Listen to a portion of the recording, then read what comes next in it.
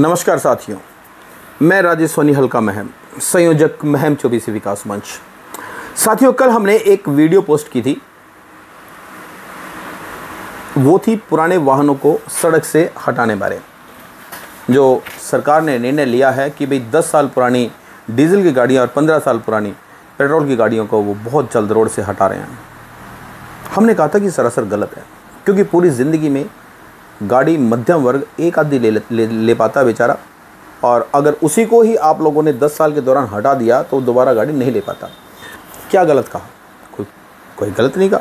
और हमने तो अपनी मांग रखी थी सरकार के आगे। सरकार मानती है नहीं मानती वो बात अलग है, मगर ये बात हमारे स्थानीय नेता को बड़ी चुभी। सर, हमारी आवाज़ को सुनना चाहिए आप लोगों को।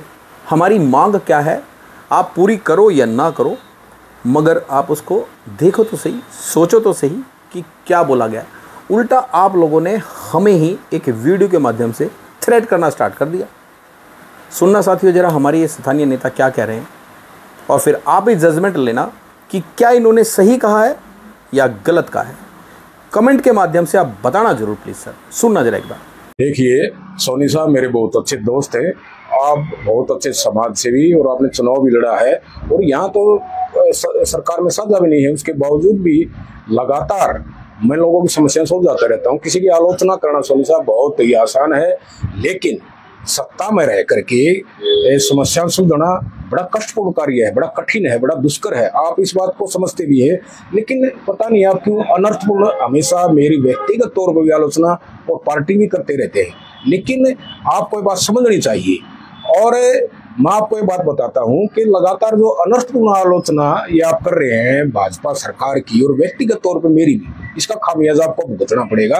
बाकी आप बहुत समझदार खुद हैं।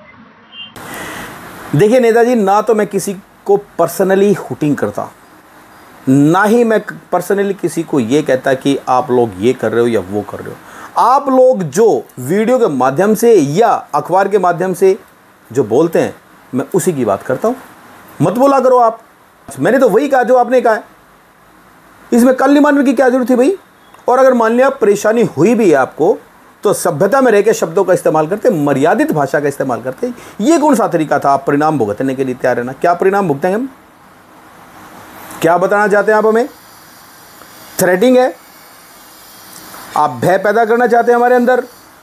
हमें बोलने का अधिकार दिया है, पता किसने दिया है? संविधान ने दिया है।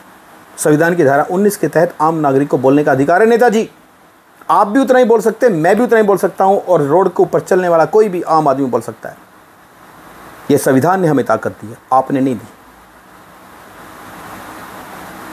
और आपने वीडियो के माध्यम से ये कहा कि भाई बड़ी परेशानी होती है सत्ता में रह करके हमें काम करने में, आपको क्या पता कितनी कठिनाई होती है।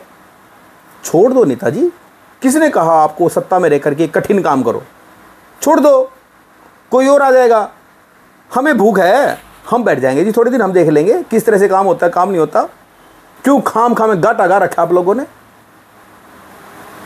और करते क्या है आप, समझ में नहीं आ रही। और किया क्या अब तक महम के अंदर आप लोगों ने?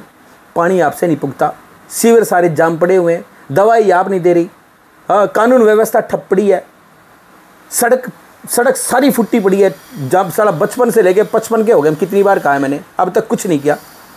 और थोड़ा बहुत बोल दिया तो बड़ी मिर्ची लगी जी आपको।